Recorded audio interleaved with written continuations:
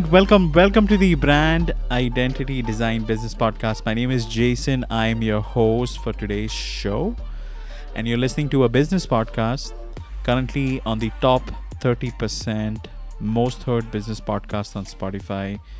My podcast is also heard in over 23 countries. It's also the most shared podcast on social media. I think according to Spotify, I'm on the top 5%. And this is not because of me. It's because of all my listeners and supporters over LinkedIn and all the other platforms which are out there. Just in case if you are new to this podcast, this is actually a live recorded podcast which we are doing. The series which I'm currently doing with my podcast, it's called as the dark side of entrepreneurship. Now, it is just a catchy word, nothing really dark. The aim of the show is to educate entrepreneurs about business, share ideas, recommend strategies on how to deal with adversities, make money, come up with interesting ideas, find interesting people who has good ideas, and share that knowledge. And I do this by interviewing high-level business executives and professionals, like the one you see next to me on LinkedIn, Gary J. Nix. He has very awesome knowledge, a lot of insights when it comes to branding and culture. So I want to thank each and everyone who is here presently, all the 9 listeners. If you do get the opportunity, there's a share button at the bottom of your screen. If you're using your mobile phone, you can use this to repost it or send it as a DM to any of your friends who you feel can get value from this conversation. I want to quickly I want to make a few announcements. First, I want to give a sponsor shout out. I want to let you guys know that sponsorship does help to minimize some of the production expenses when it comes to a podcast. Whether you believe it or not, it does cost money to produce podcasts and every week. So I want to quickly give a shout out to Elliot K, who is my first sponsor. He's a well-known business coach and speaker and author based in the UK. He has over 2 decades of experience in coaching and mentoring entrepreneurs, and he has helped numerous business owners and entrepreneurs achieve their goals through their business, by helping them with speaking. So I'm going to quickly play his ad. Please listen to it. The links to this specific ad is mentioned on the event notes.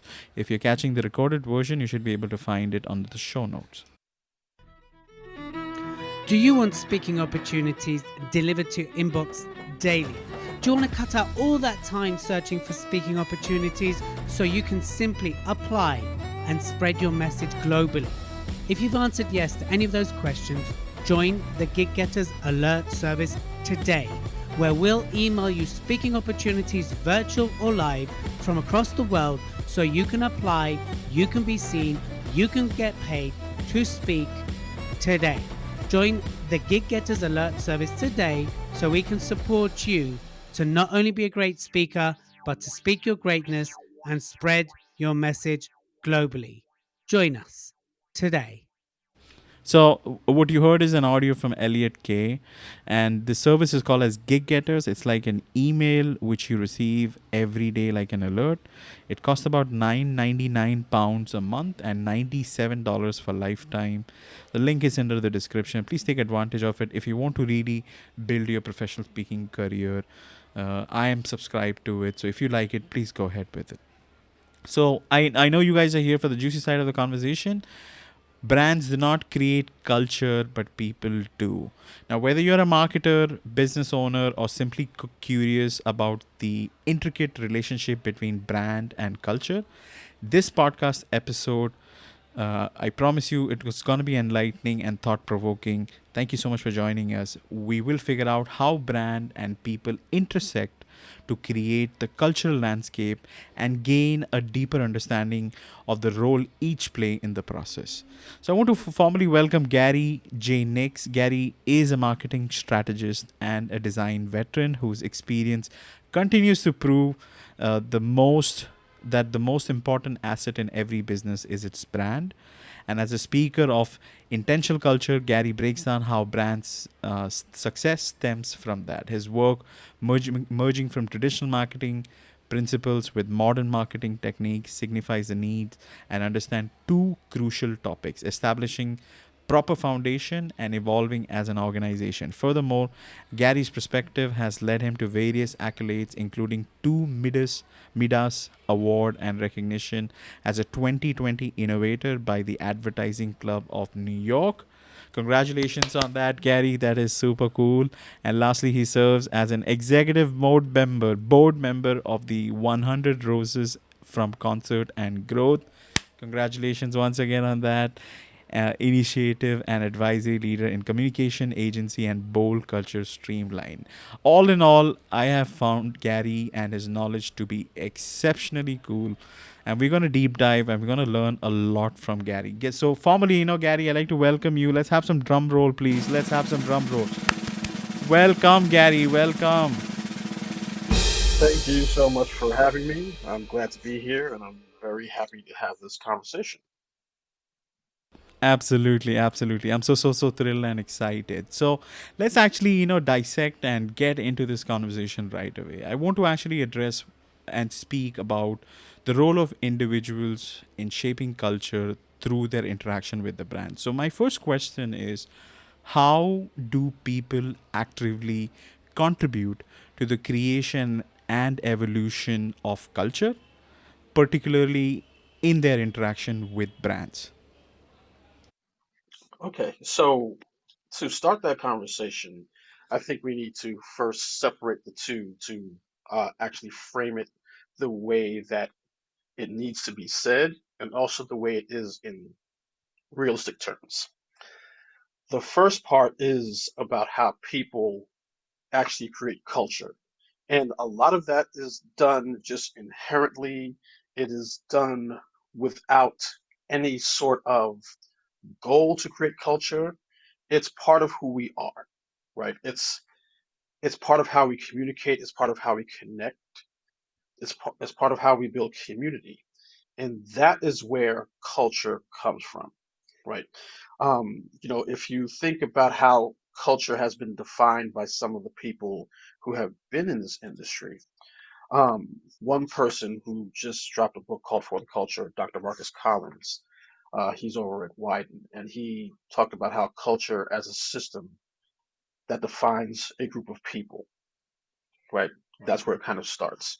If you go to the Merriam-Webster dictionary definition of culture, it's a social group's customary beliefs, social forms, and material traits, right? So already we're just talking about people. We're not talking about what they buy. We're not talking about what they consume.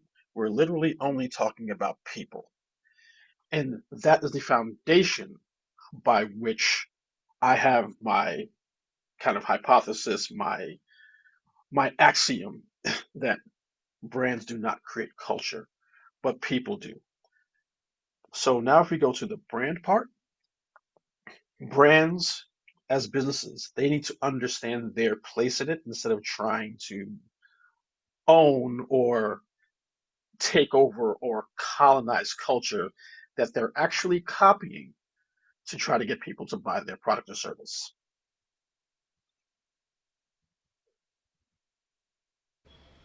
Yeah, thank you so much for that, Gary. I really appreciate it. I like what you said is that culture defines as a group of people, and these people, when it comes to dealing, when it comes to culture, it's very natural.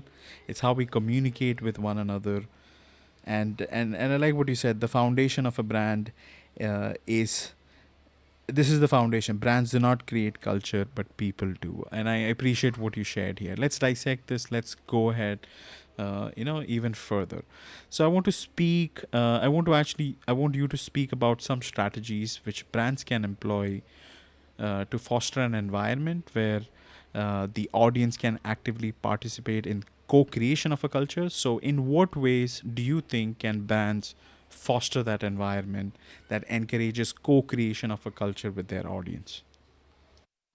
Right. So once again, I want to be very clear.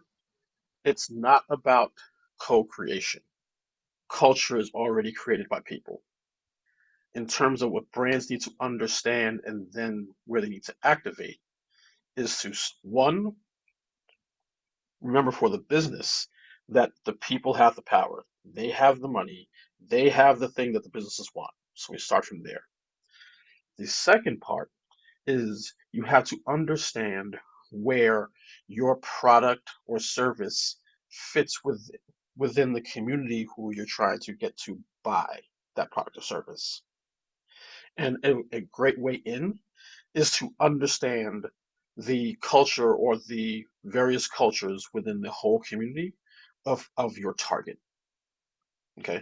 So once again, I'm trying to make this very clear because sometimes when you say something that feels as almost dichotomous as this can feel, right? Me saying that brands do not create culture. That is a full stop. They don't. It's not co-creation. It's not any sort of creation. Brands don't do that part. That's not their part in this whole thing. But I also want to make clear that that's not a bad thing, right? Now, the closest thing that can happen in a company, especially one that's large, that's inclusive, the people who come in, the employees, as regular citizens, they may be closer to the the elements of culture that are important to your target, but that's as close as you can get to creating culture.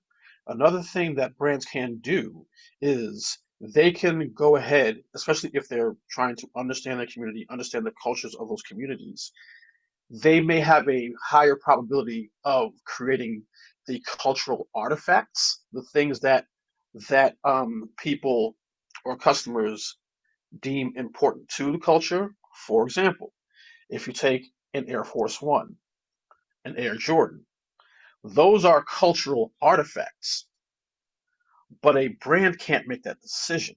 They can do their best to present it as an option, but the decision of it becoming a cultural artifact is on the people.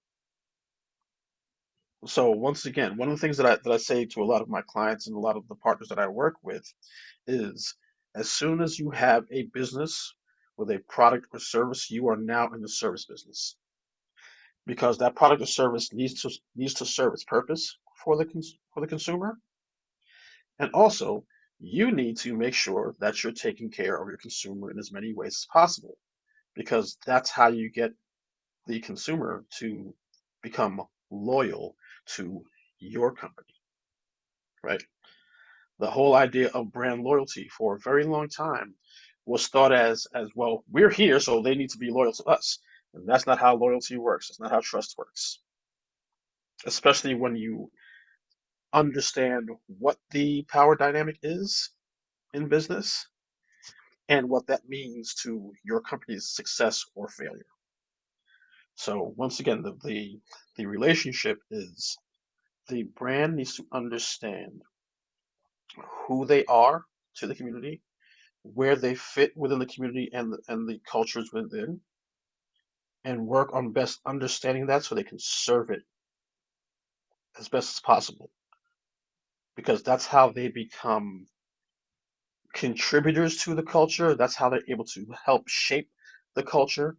But in terms of creating it, that is not what they're here for.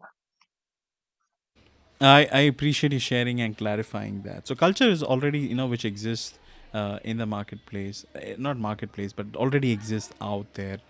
You need to find that spot, how, that sweet spot, how you can make sure that whatever product you're selling, it is a good fit for that culture. So I like what I am hearing. So thank you so much for sharing that. I want to quickly give a shout out to a few individuals whom I see down in the audience. Especially, I want to say thanks to Nicole. She's the one who introduced me to Gary. So shout out to Nicole. She's also a cool friend, a good friend of mine. Thank you, Nicole. And I want to say hi to Phyllis. I want to say hi to Just. I also would like to say hi to Leslie and everyone else, especially Peggy. Thank you so much, Peggy, for being here. And if I missed out on anyone, I'm so sorry, guys. All right, but thank you so much for all the 21 supporters who are listening to our conversation. So let's move ahead.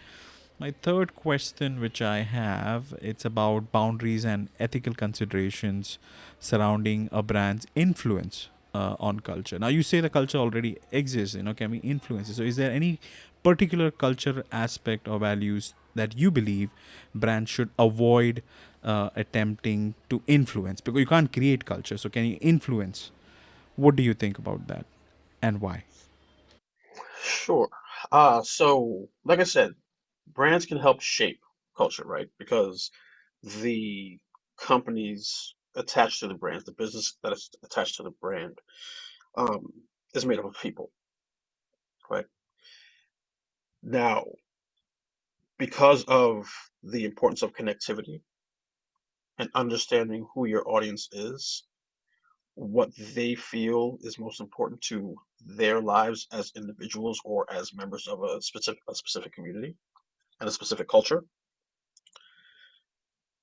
it is imperative that your brand aligns with that community. There, there tends to be moments where um, things that happen in the world get politicized, and there's still a lot of brands out there that kind of run away from it at different levels, right? But let me give you two examples because running away from something that's meaningful for a consumer directly affects trust, which also directly affects how long that consumer is going to continue to buy from your company. So I don't know how many people maybe, or actually, no, let me do a much more recent version. There's two recent examples. We have what Target has done in terms of, pulling their Pride merchandise. We have what Bud Light did in terms of having a trans ambassador and then running away from them. When you decide to kind of run away something that to some may seem controversial, right?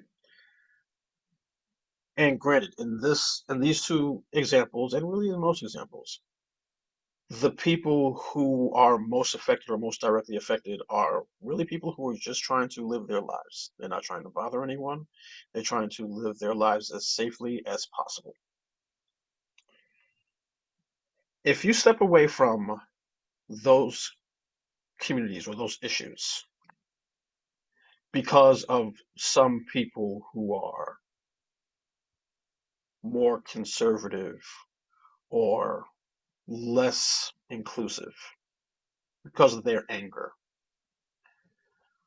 what exactly makes you think that the people who you are running away from will automatically continue to walk or run towards you? Because, at least in theory, if you're going to stand behind a community, you should stand behind that community. It's really that simple, right? Now, an older example, but one that we have seen and we know works in business because we literally saw it, was a few years ago when Nike did the Dream Crazy campaign with Colin Kaepernick. The day that that announcement dropped, there were all types of people who were talking about how angry they were at Nike, that they would never buy their products again. They were destroying their own products. By the way, they're destroying stuff that they had already purchased. So Nike already had the money for that stuff. But they just, just really loud. Oh, we'll never do this. You need to stop doing this. You need to pull this commercial, or else we're not going to buy anything from you, and blah blah blah. And the stock dropped. People started asking, wait, should Nike have done this? Fast forward to the next day. Not only did the stock recover, but it went up another 19% from recovery. So not 19% from the whatever the downturn was, but they got back to where they were, and then another 19%. Here are a few reasons why. They knew who they were talking to. The people who were angry were not part of that audience. So you could say that they stayed with the community that they were trying to represent. They also knew that the people who were complaining already got their money.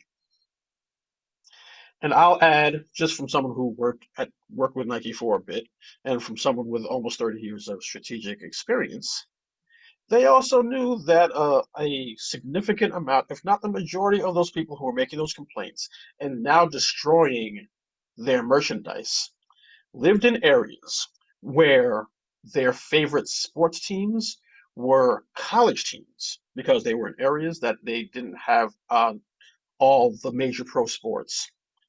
And if you know anything about college fandom, it is way more rabid than professional sports uh, fandom, especially in the areas where college sports is that quote unquote pro sports for the area. So now these people who are not going to give their allegiance to those schools have to go and buy new merchandise. And who in the major college sports arena has the most licensing deals for college sports? Nike.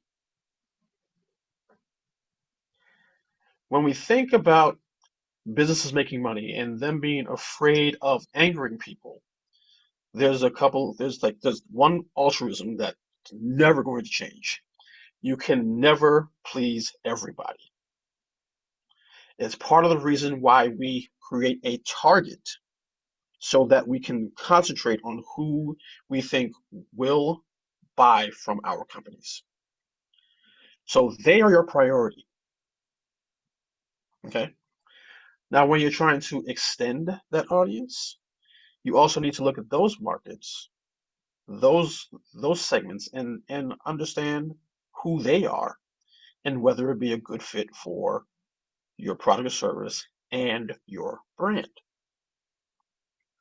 If there is a mismatch there, you have to start looking at either how to make a better match or just prioritize the match instead of the mismatch. Trying to grow your business with people who communicate that they don't like what you do doesn't make sense. And all of those things are related to culture. Understanding the culture of those communities. That's why culture is so important because it's the closest thing you can do to get to people. And if we're trying to sell to people, we need to concentrate on understanding who they are, what makes them tick, what they care about, so that we can make sure that we're able to serve in those ways. This was so insightful, Gary, because you made me realize that when you encounter as a business or a brand any sort of PR issues or any sort of issues, do address it, don't run away from it. That's one of the biggest mistakes which you can do, right? And the Nike's example was so super cool because you said that, after this their stock went up by 19%, and the people who were actually showing hate crime and not hate towards the brand and their products were because they were culturally involved with sports teams. So those examples are super cool, and I appreciate you giving us that insights why it is so crucial to figure out your target audience, work on that audience, and if you ever were to extend it, as Gary said, if you ever were to extend it, try to understand who those individuals are and how you can serve them with your business and what you do. So lovely answer, Gary. Let's actually move on to my next question. I want to actually speak about I want to actually ask you about storytelling and its dynamic with regards to the relationship between brand and consumers. So what role do you think storytelling plays in in in terms of influencing the culture by a brand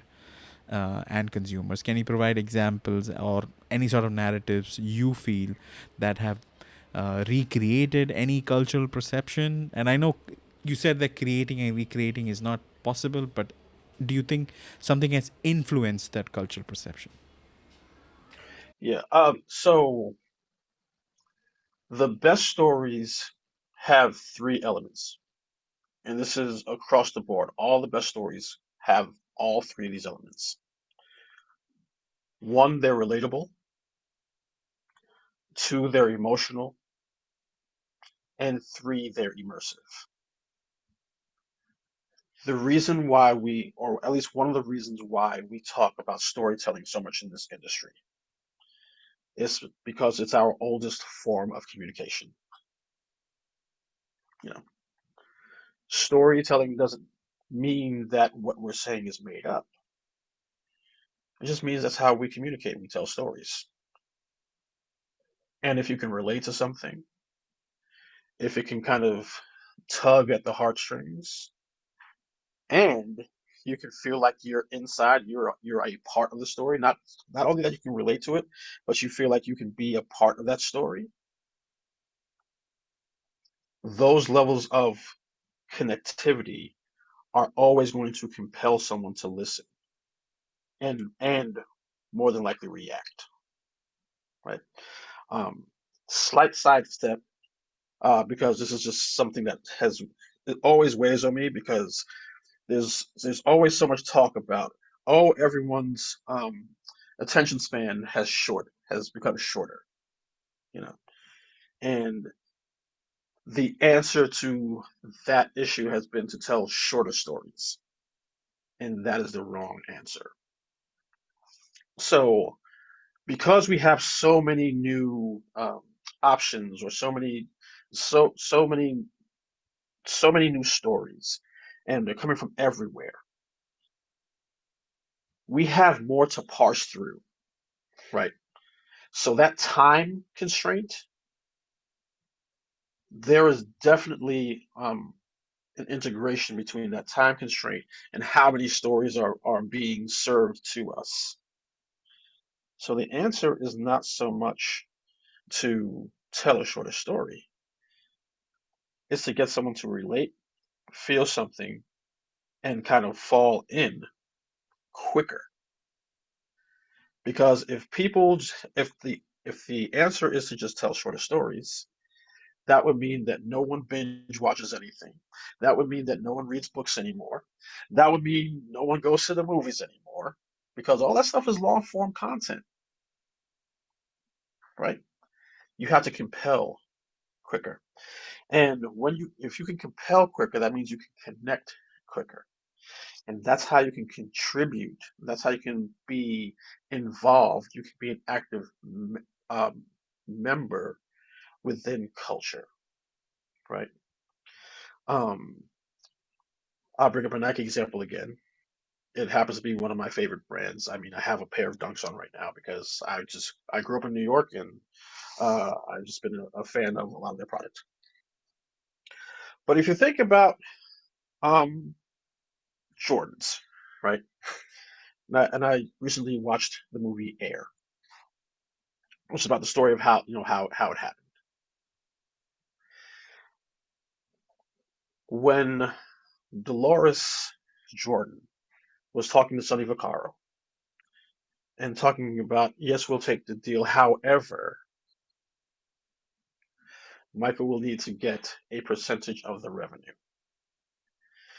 And as a lot of companies did, because that's not the way business was done, they tried to flip it with well, no, his name is on the shoe, and you know that's actually an advantage for him that we're putting him out there. And Dolores Jordan was like, look, I need you to understand who my son is and how he's going to accomplish all these things. And that's a big part of the reason why people are going to buy this shoe. There was another moment in close to the beginning of the movie where Sonny Vaccaro was talking to Howard White and talking about how no one cared about Nike basketball sneakers in the you know in the urban communities, but everyone was running towards Adidas. and how Run DMC was about to do a song about Adidas. If we think about songs like Pastor Cavassier, and we think about even going deeper levels and understanding the difference between high context culture and low context culture, and how context culture really starts things off the road, and low context culture, um, they they are the followers and the repeaters of all of it. And we go to granular levels like that. One, when you look at things in that way, you can do a better job of seeing where your brand fits and who you need to try to reach, or how far the distances between your brand and high context cultures will help you get your weight up, so to speak. So many But when you incredible. do that, you also, yeah, when you do that, you also start understanding what stories you need to tell, because you have a better understanding of who you're talking to, and once again, what they care about, and how to make sure you can say it in authentic ways that actually land and don't feel like pandering. Because at a surface level, the difference between pandering and doing the right thing is found in the level of trust you have with that audience.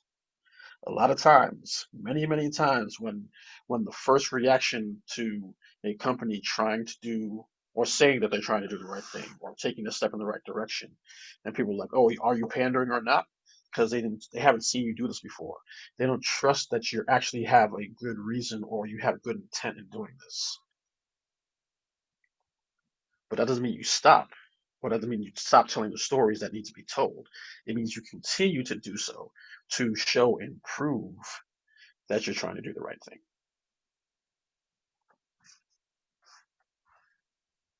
Those were some lovely examples which you have given us, Gary, and something to really think about. And I appreciate the way how you have tried sharing it in a form of a story. Especially, I did watch the movie Air, and I was able to relate to those examples as well. So I appreciate you sharing this. I also want to give a shout out to some of my other close friends who also joined this conversation. So first shout out to Kiana, who you see down in the audience.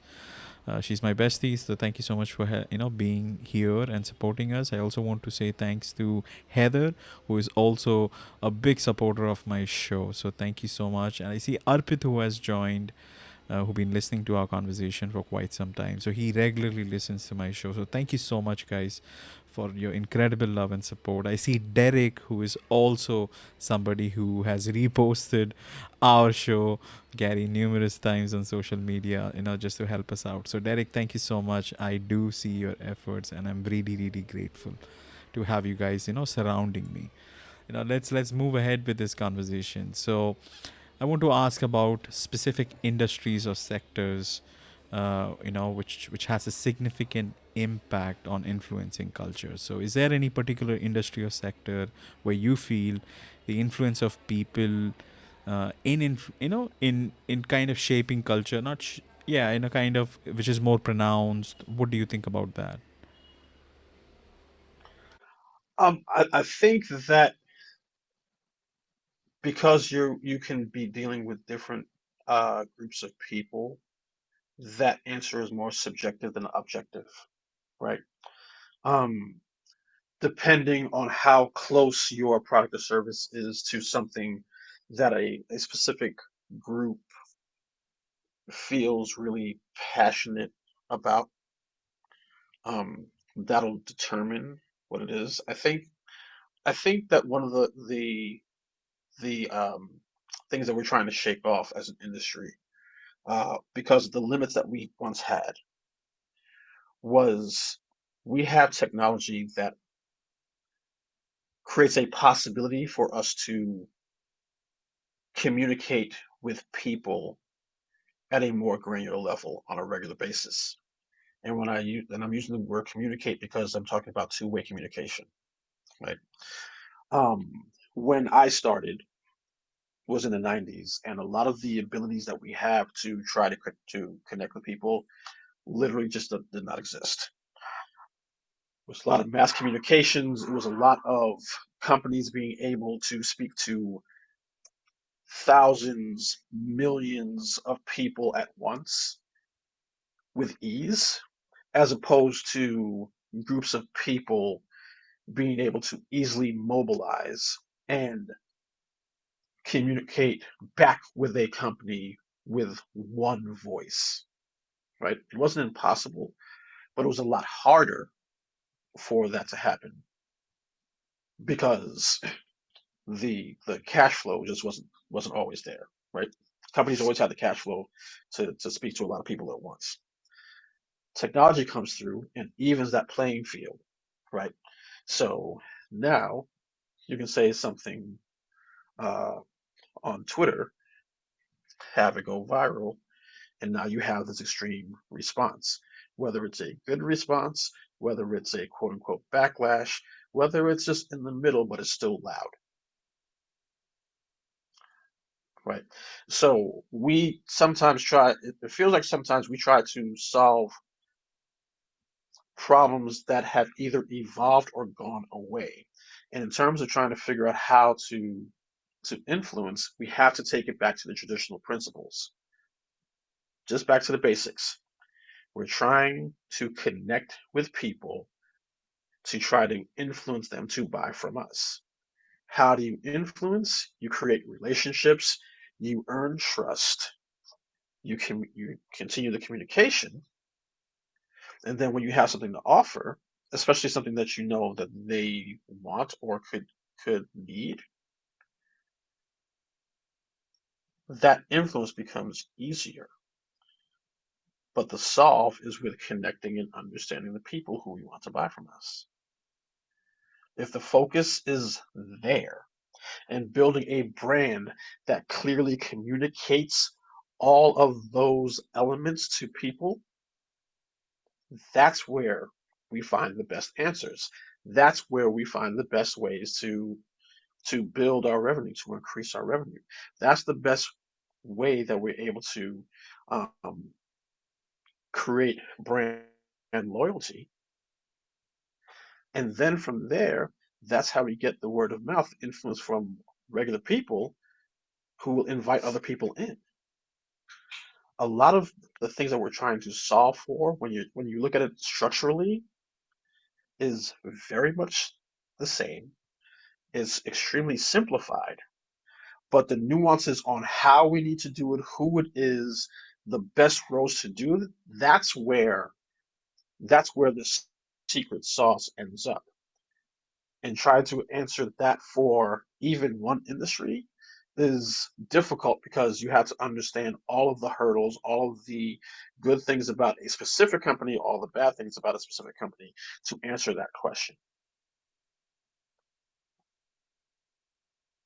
I totally understand, but you have given us a lot to think about. I like the fact which you said, that try to communicate with those people by influence, and you can influence them by building trust. And it might be a slow process, but it's a highly effective process. So I appreciate you sharing that, Gary, and I understand the complexity of the question. So thank you so much for sharing what you have shared. So my next question I have is, how can brands like strike a balance between staying true with their own values and adapting and evolving cultural norms or expectations? So the answer to that is literally in the values, right? Um, Sometimes it's an evolution of value, sometimes it's an evolution of how you execute upon that value, right? If you're true to the values, the mission, all those brand elements that you set forth, staying true to that is looking at what you have and also looking at how it matches with your community. If your community is saying there needs to be some level of evolution, it is your job now to consider that. It's not necessarily your job to change it because if you change one thing, it does affect everything else that's happening. It's taking place. But more often than not, in that suggestion, or sometimes it comes across as a cry from your consumers, more often than not, there is a nugget of truth that can help improve your company, your brand, and ultimately your revenue. So the key to evolution is to, once again, keep it about that connectivity, keep it about that relationship, understand what that value means. Look at your own values and see, like, is this enough, right? Who is that we need to speak? Who is it that we're speaking to? Even in our audience, are there some people who are in the audience who are maybe just looking at it the wrong way, and potentially we can help them because we can help them look at things a more full way, a way that shows that they're not nothing's being taken away from them. Um, it's in a way that's going to help everything grow. And once you decide to do that, you do it. You can't do it halfway. There's no such thing as halfway trust. It's either there's trust there or not. And just as in a person to person relationship, a brand to consumer relationship is one that's always growing, it's always evolving. There's some level of change that's always going to happen because the only constant, as we all know, the only constant is change. So you have to keep those things in mind and understand how things are changing, how it affects who your company is, the people who are inside the company, and then act accordingly. The problem happens, there's two places where the problems generally happen. Is one, when they try to do it for good PR, because that will come to light quickly nowadays, and it'll make you look untrustworthy. And two, if you just don't do it for real, like you have to actually go ahead and do what you say you're going to do.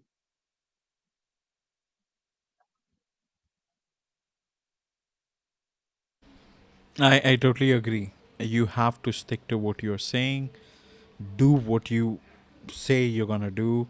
But at the moment you don't do it, it directly affects your relationship. I also like what you said in the beginning, the evolution of your values and how you execute these values. You have to constantly keep listening to feedback from your target audience, and keep that relationship intact. As you get feedback, try to see how you can improve on it and then start executing these values. So I love what you said, Gary. Thank you so much for sharing that. If audience, who are actually listening to this conversation, I want to let you know that we will start Q&A in about 5 to 7 minutes. I just have a few more questions I like to ask Gary. If you're interested in actually coming up to stage, and if you have any questions related to the topic which we are discussing, or anything you like to ask about your brand, from a cultural standpoint, please do not hesitate. Please raise your hand, and I would be happy to bring you up.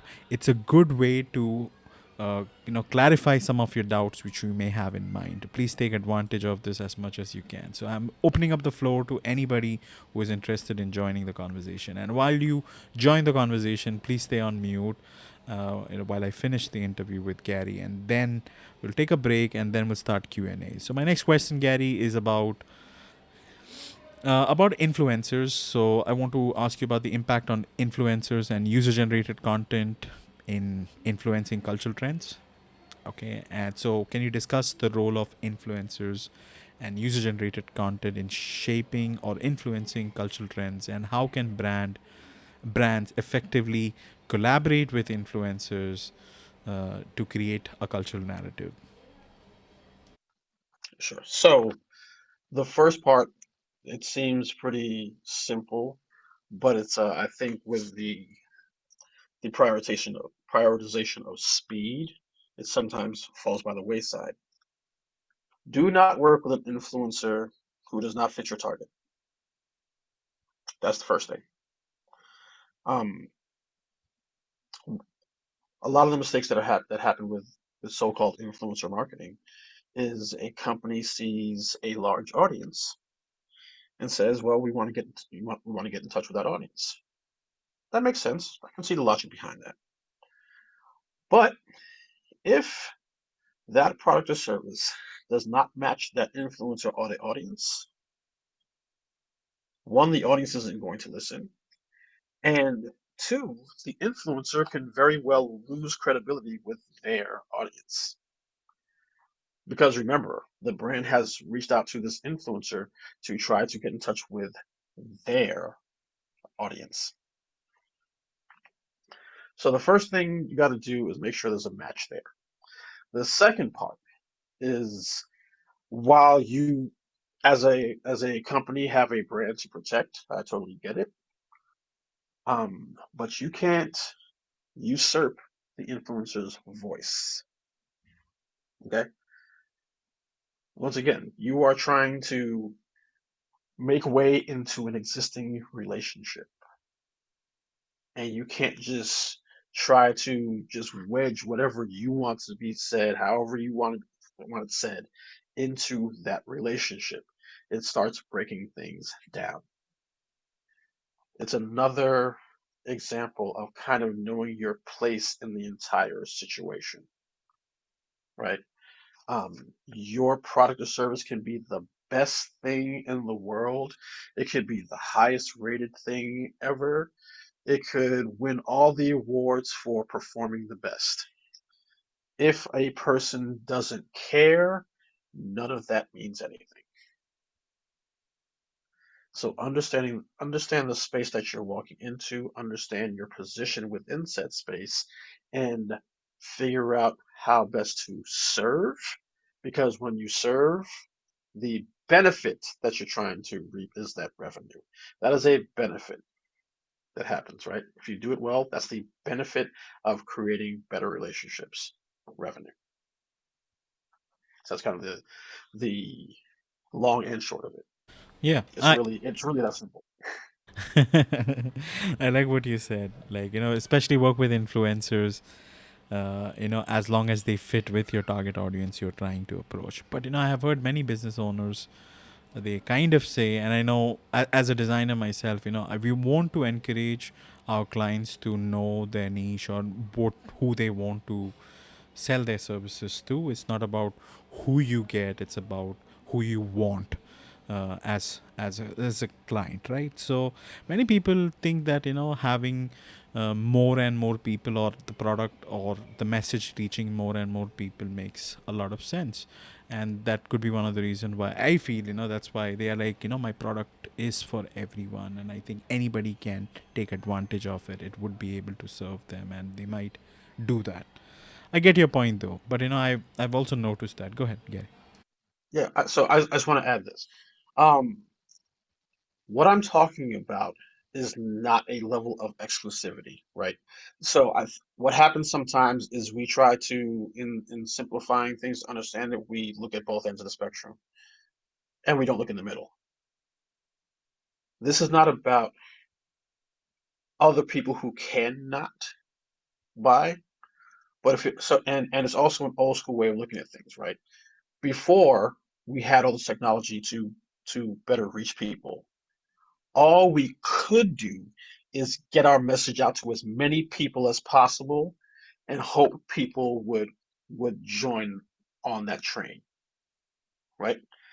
That was the limit of what we could do before a lot of these digital connections could be made, right? So in that sense, if it's just playing a numbers game, I get it.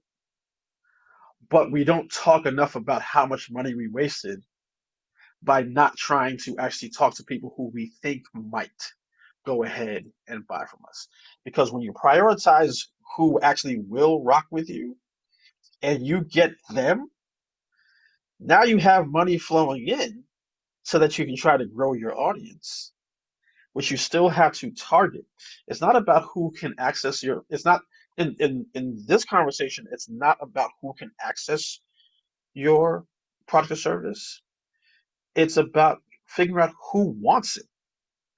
Because spending a bunch of money on someone who doesn't want your product is not sound business. And if you can identify people who don't really care or don't care as much so that you prioritize those who would care, that's a smart business decision. and you end up saving money over the long run instead of wasting money on people who don't care. So Absolutely. our new abilities add that nuance, which also helps your costs in the long run. I totally rock with you on that, Gary. Thank you so much.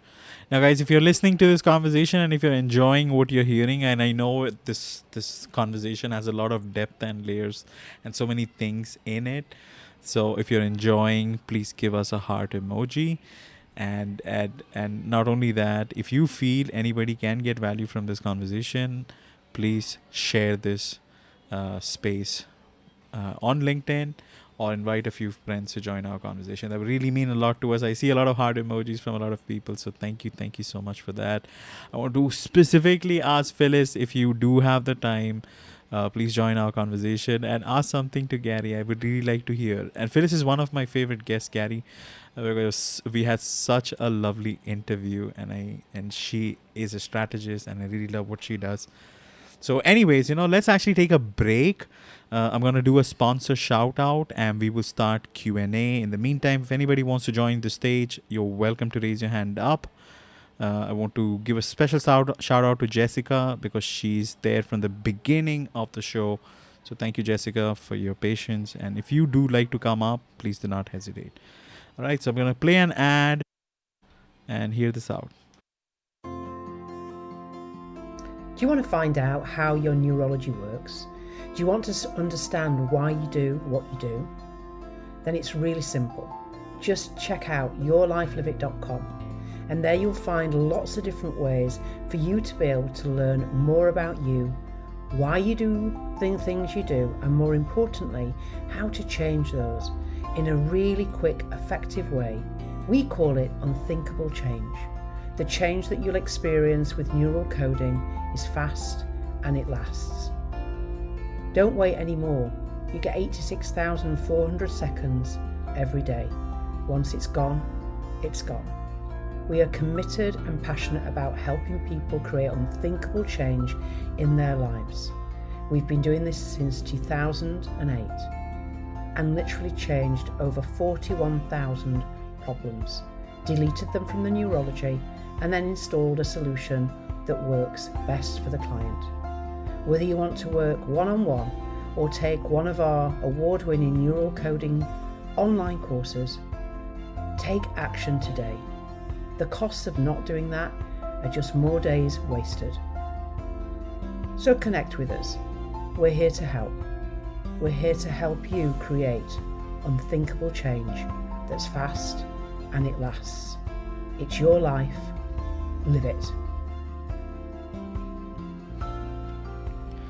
All right, so the audio which you heard is by Dr. Amanda Fu Rayland. She was a guest on my show. She's an international speaker. Her episode is on the top 5 on my podcast, most heard one. She has around 1.9 million views on her TED Talk and has spoken over 14 countries. She's also been a keynote speaker for over 36 years and has impacted around 3.5 million lives, and she's also the #1 best-selling author.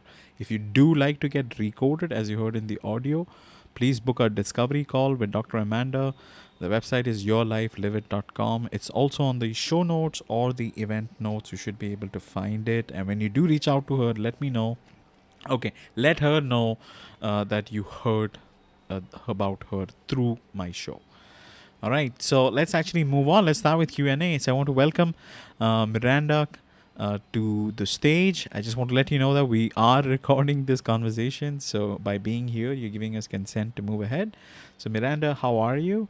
And I know this is the first time. So do you have a question for Gary, or would you like to contribute to this conversation? Hey there. Yeah, I have a few things. I thought I'm really enjoying the conversation. I appreciate it. I'm glad I stumbled onto it. The title, I believe, is what drew me in about how brands don't create culture, but people create culture. And my first thought was that now, as a solopreneur, as an entrepreneur, we are the brand. And you mentioned Phyllis. And that fedora, that cigar, that cleavage, that's a brand. Like, people are brands. And so I loved your examples with Nike. And I was just wondering, like, what would it look like, not from a company perspective, but from the perspective of a person, the person being the brand, and how people are members of cultures and they're members of communities. And so they have the ability to influence those communities and those cultures as a member. Do you understand what I'm saying? It's all very interesting. So I was just wondering if you could speak to it, to the topic, from the perspective of not a company being the brand, but as a person being the brand. And the ad that you just shared made me think, okay, maybe this person has her own brand. And if she had her brand, I would have been able to receive her ad better had she told me a story. I'm sitting outside kind of enjoying a warm day. I would have rather heard a story than an ad. So yeah, these are some things I enjoyed. That my mind, it got my wheels turning. So again, thanks, Gary. I want to pass the mic back to you and give you an opportunity to comment. I know I said a lot, as you sparked a lot, and so I appreciate that. Thank you. Thank you, Miranda. First of all, that's a great question. Um, Interestingly enough, I'm kind of working on a project that is adjacent to your question. And the reason I say that is because one of the things that we are talking about and trying to get the structure and frame around getting clients to understand is looking at like duality and plurality, right? Um, you as a solopreneur, many people in general, they have their own brands, right? Um, I'll use me as an example. My brand, my personal brand, also happens to be the name of my company. The Branderkist, that is my brand. From a business standpoint, that's who you're getting. You're getting someone who is not a fan of the status quo, someone who understands that some of the old ways and some of the limited ways we're doing things are actually unnecessary now. We need to do better. And that's where that name comes from, right? But as a person, I form relationships. Now, some of those relationships are formed through um, a time where someone has met me in a business standpoint, right? But when they see my company name and they want to talk to me, like, okay, I need to know the story. Like, what, how, where does this even come from? And now my brand starts to kind of go from just who my business is to who I am and the intersections of both. In terms of who creates culture and who um influences, who actively influences culture, Gary J. Nix does that. Who can shape it through work? The brand artist does that, right? If we have personal brands, we cannot remove the fact that we're also people. So it's not about removing that, it's understanding the intersections and where, what fits where. It makes a more complete story at the end of the day. So we don't have to separate. We just need to figure out where things work in your example. And similarly, that's what larger companies need to do. I guarantee you that when the backlash around the Colin Kaepernick ad was coming around, there was someone who was like, no, we stand with Colin Kaepernick. We already said it, so we have to do it. A person said that, and the brand benefited from it. So whether you're a personal brand, so you're a solopreneur, so you are both person and brand, or you work somewhere where it's a larger company and you are a person within that brand. The structure and the frame of it is the same.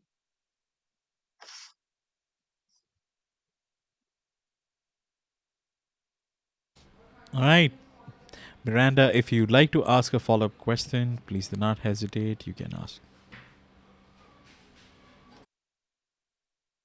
No, I'm good. Well said, Gary. Thank you. Yep. Gary always You're welcome. offers incredible answer. Thank you so much for that, Gary. And Miranda, thank you so much for that feedback about the ad. You know what? Actually, I didn't pay attention. Next sponsor who is gonna sponsor my show, I'm gonna definitely tell them to uh, send me a recording of a nice, interesting story, a short story, and I'm gonna definitely play that. So thank you so much for sharing that. I want to say hi to Leslie. Thank you. I hope you're in a stationary spot and you're not driving your car. But do you have a question for Gary, or is there anything you like to contribute uh, to this conversation? Thank you, Jason. I Thank you, knew you were Gary, driving. everybody Yeah, here I knew today. you were driving. Multitasking is my shtick here on the East Coast, my little downtown. So, Gary, yeah, I just wanted to thank you. I love the way that you just are so philosophical in dissecting and really thinking through, obviously, being an expert with what you do. And I had several aha moments through this conversation, the way that you conveyed and took different avenues with explaining your approaches and the awareness that you shed today.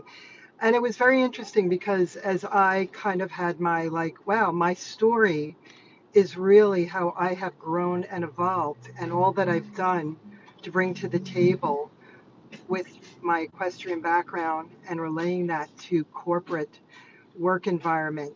And it's been really interesting, a very interesting journey.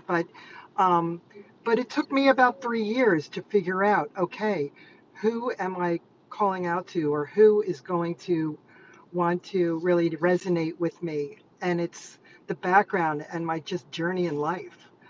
So I thank you for that. And yeah, I mean, I really don't have any questions. I just personally just had a lot of really cool moments of awareness as the way that you've approached this whole strategy. So I wanted to thank you, and thank you, Jason, for letting me speak. Thank you as well, Leslie. I think one of the things that we sometimes have to remember is to give ourselves grace because, like I said, the only constant is change. So that applies to us as individuals as well.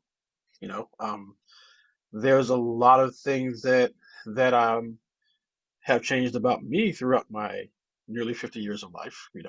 And that's okay. Um, One of the things that we have to just keep in mind is staying true to ourselves, understanding that change is going to happen, and give ourselves enough grace to continue on, because that's what life is, right? And I don't want to conflate um, the business self with the personal self. However, when you find work or you find employment or a career in something that you care about, there are going to be points of intersection that are that meaningful, and it will help serve your story. I know that sometimes I come off, very philosophical or theoretical. And part of that's because I'm a strategist. We start with theory, we start with hypotheses, and we start to we try to prove them. But I do want to also be clear that the philosophical kind of flow or the theoretical nature of some of the things that I said are all based off of things that I've seen happen, right? So we have to also give the room for theory and the room for qualitative insights. We have to give that as much room to live as the quantitative stuff. The quant stuff does help us feel comfortable,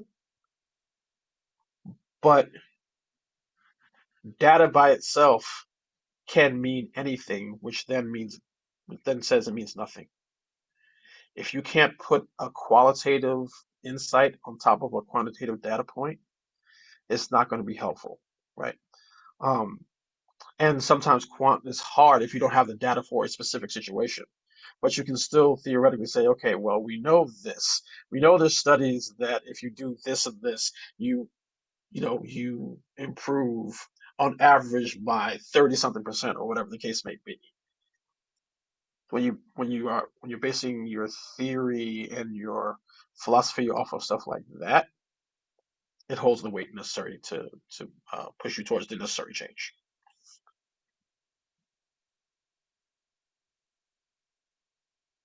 All right. Yeah, thank you. Thanks, Gary.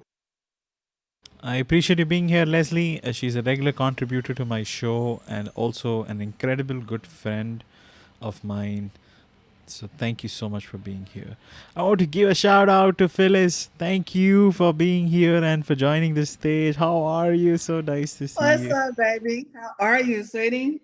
I am doing Oh, fantastic. So do you have a question for Gary or would you like to contribute? I want to tell Gary, I just sent him a connection request. Gary is my new dude because he's like me. There's a difference between me being Phyllis and me being the ghetto country grandmother. And understanding that people are connecting with people because I hate the whole business to business and business to consumer kind of shit. It's like how are we connecting as people? And so when I'm connecting as a ghetto country grandmother, believe me, I am all about business and all about you making your money. But when I'm connecting as Phyllis, it's like now I really want to know who you are outside of business.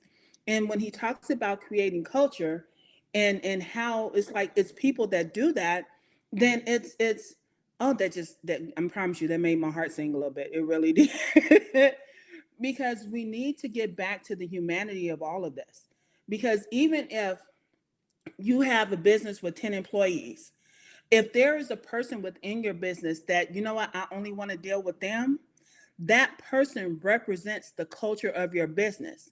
And when they have to deal with somebody else outside of that, and they don't come with that same vibe, then they're fucking up your culture. And it's like if we're all kind of like making sure that we're on the same page, because too many people decide that, you know what, I'm just going to be like this over here while you be like that over there, and wondering why companies and cultures are so toxic. So, Gary, sweetie, I just want to tell you, you are making my heart sing with all of this. We are the people that create culture. And one of the things that I realized and that I recently wrote something about was how we are we're erasing our own culture when we don't bring it to the forefront. It's like, you know what? I'm not trying to whitewash my shit. I'm not trying to make it vanilla because it makes you more comfortable. I'm trying to make sure that, you know what you see is what you get kind of thing. So, like I said, I'm here for Gary, and he's just all the things to me. I just wanted to say that. Thank you very much, Phyllis. Yeah, that's. I mean, I also sometimes enjoy just getting people's attention by making them feel slightly uncomfortable, even though they shouldn't feel uncomfortable, right? So the same the same kind of setup that's in my LinkedIn bio, I have a shirt and I walk into industries or into agencies with that shirt all the time because it needs to be said. I mean, I'm known for going into an agency for a speaking engagement, and the first thing I said is, I need y'all to understand the general career culture. I don't care if you're mad right now. I'm gonna tell you why. Because we're going in not to coddle anyone, because coddling a client does not help them. It might make them feel good in the moment, but the only time I've been on a team where we lost a client, the feedback is because we didn't push back enough. So now it's a matter of, look, your job is to give them the best advice, whether they like it or not. You have to prove that your point of view makes sense, but it's not whether they like it or not, because that's not whether they like what you're saying or not. That doesn't make the client happy. You know what makes the client happy? Making money. And it comes down to those relationships and also the respect that you will get by saying, well, here's what we know, here's what our expertise is telling us, here's what the data is showing. If you can go ahead and prove to me that all this stuff is wrong, then we'll do it your way. But if not, let's try it this way. Because when you said we want to work with you, that's what it was based on. So and the new thing that people are starting to realize is how much culture matters to money.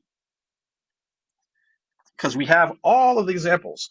And when I say all of them, I literally mean all of them. Because you can point every single success to a cultural moment or cultural community without fail.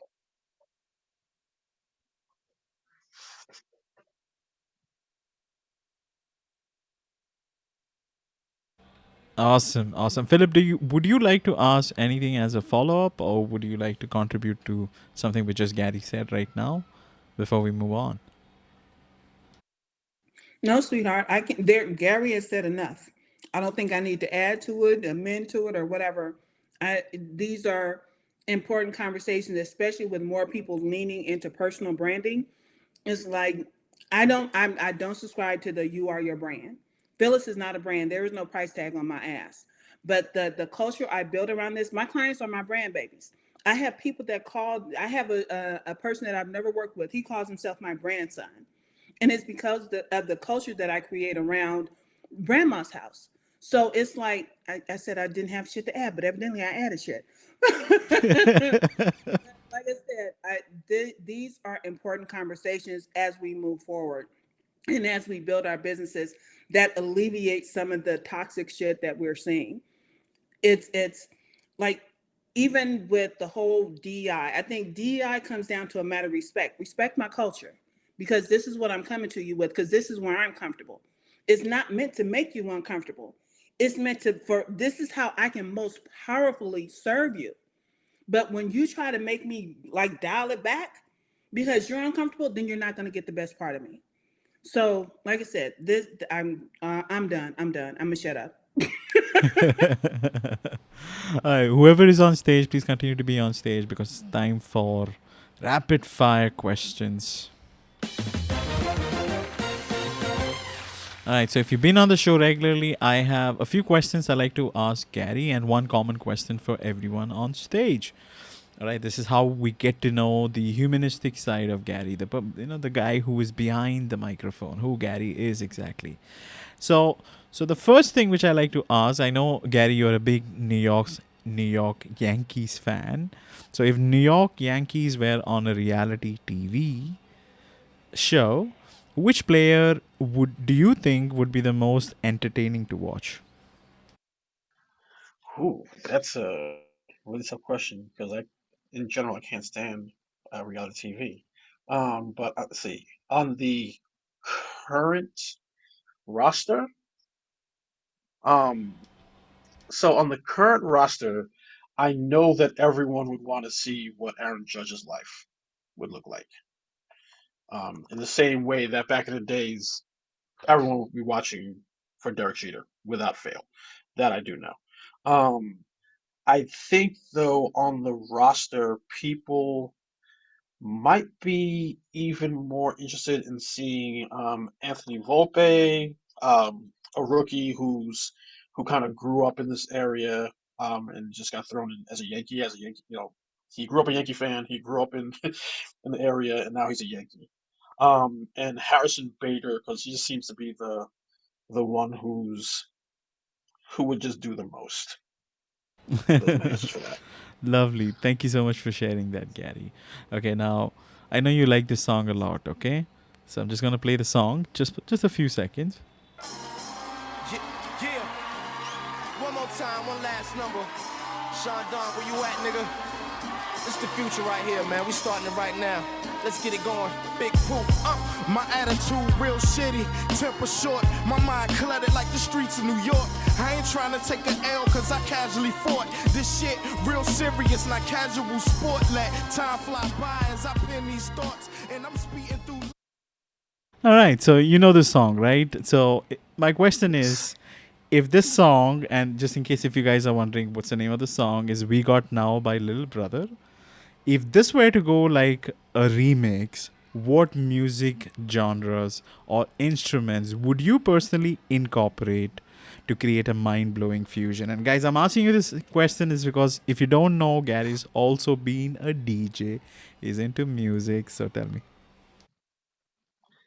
So it would have to be some sort of metal remix, just because of the kind of spirit, or at least the spirit I find in that song, right? Um, as someone who's like not a fan of status quo, the thought of we got next, like I don't care about now, the kind of future casting of that, it would have to be something that is like totally in your face, really loud. Um, and I think it would be like it'll almost be the inverse of this version of the song, right? This song, the lyrics are the things that punch you in the face. If you do like a metal version of this, then the music's going to do the same. So it still kind of has that that's it keeps that spiritual energy that's necessary for the message. That is incredible, Gary. And I know you are working on projects wherein you're trying to do something about DJing just for fun. If you do get the opportunity and if you can create a fusion, which you just said about the whole metal thing, if you can make that happen, I would love to listen to it, and that would be super cool. Okay, think about it. Will do. It's in my head now, so yeah. All right, so I have one common question for everyone on stage. Now, I'm sure you guys are aware of the movie Hitch by Will Smith. Okay, so this question is related to the related to the dating side of things. So, if you were a date doctor from the movie Hitch, what funny and unconventional dating advice would you give to someone trying to win over their crush? And this is for everyone on stage, and I'm positive you guys may have seen this movie. If you didn't, that's okay. So let's hear from Gary. What do you think, Gary? What would you do? Well, first, as I've said in many rooms, Hitch is the greatest marketing movie of all time. Um, I mean, we just said basic principles, no matter what, no matter where, no matter who. Like that is really the foundation of marketing as well. Of course, spoken like a marketer, right? Um, but I think that the message that I would give, besides dancing ridiculously in an end credit scene, is kind of the lesson that's given in the movie. You can't quantify and fix everything to the way that you want it to be. Be you. Find a connection and let it grow from there. That's one of the things I really like about this movie is that it kind of flips the paradigm of control, which we don't have over other people, and says control who you are and be that person. Understand you, understand who you are, and be that person. That's how you find the best relationship. All right, so that was a nice unconventional dating advice, which Gary said. You can't quantify and fix everything. Be yourself. All right, so let's actually hear from Phyllis. Phyllis, if you have to answer the same question, how would you answer it? Oh my God. Be transparent, but don't be intimately transparent.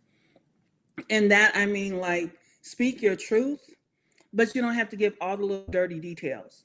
And I see so many people who, even as a business person, they're telling all the little dirty details. And while people like transparency, sweetie, nobody wants to see eyes behind the curtain. And so when you're telling whatever story you're telling or whatever story you're sharing about yourself, be true to that. Be transparent. But you only get the dirty little secrets when we decide to have a more intimate conversation. It's like, now, do you want the real dirt or do we want to stick with this story? I've been married for damn near 20 years.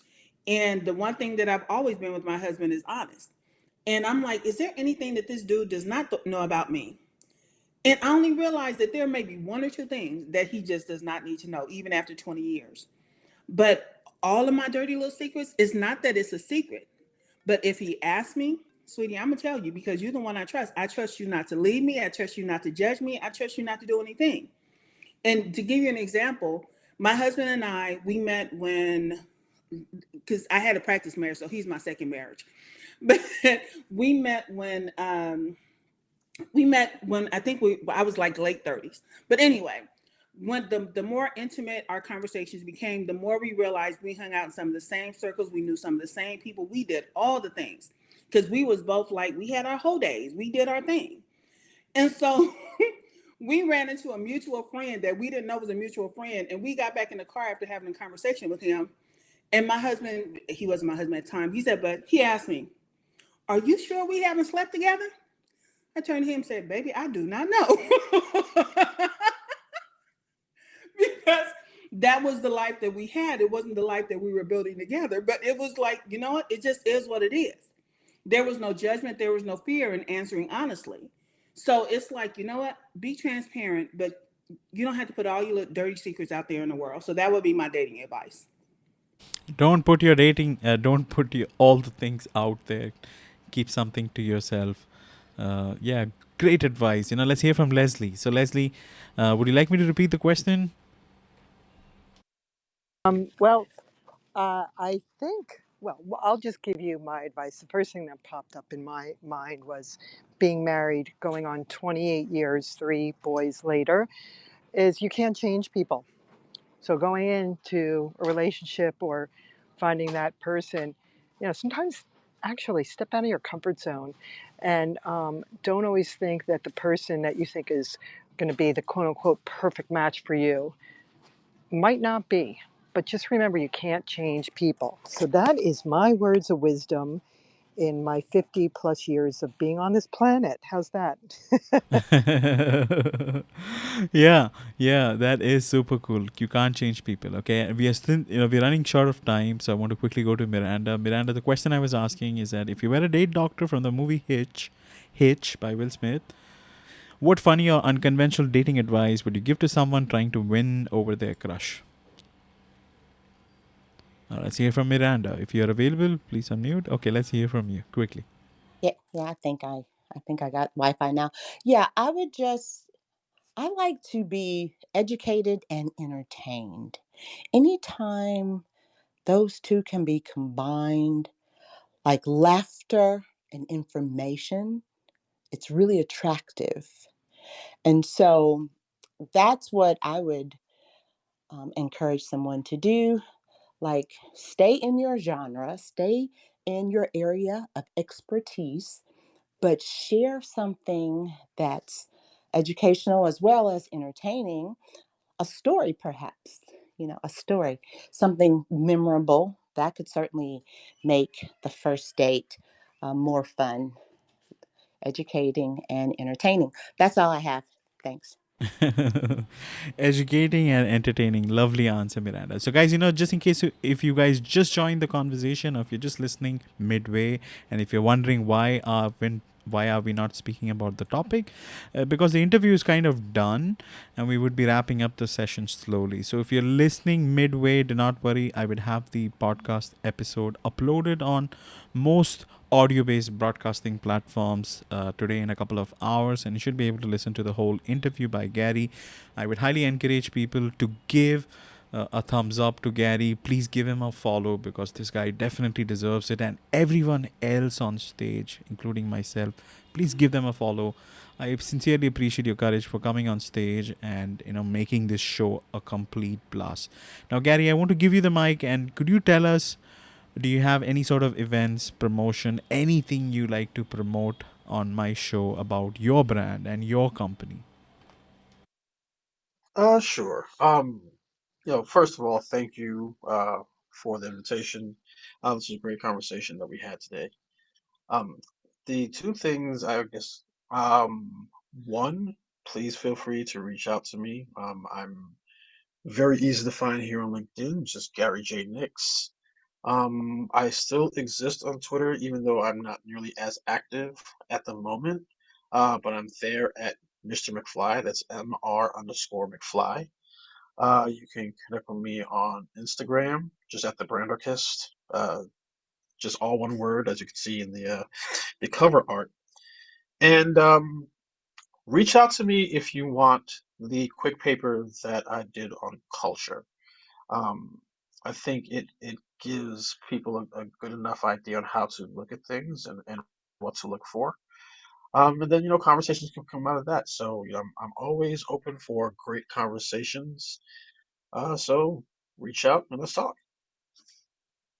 Absolutely. Please reach out to Gary, guys. And just in case if you're trying to struggle and to find Gary's website, I have all the links listed under the event notes and as well as the show notes. If you scroll down, load more comments, you should be able to find it.